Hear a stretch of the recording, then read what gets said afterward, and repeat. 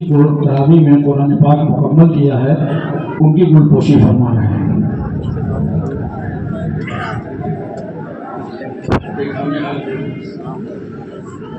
شان عالم صاحب کی گلپوشی ہم خود کرنے جا رہے ہیں۔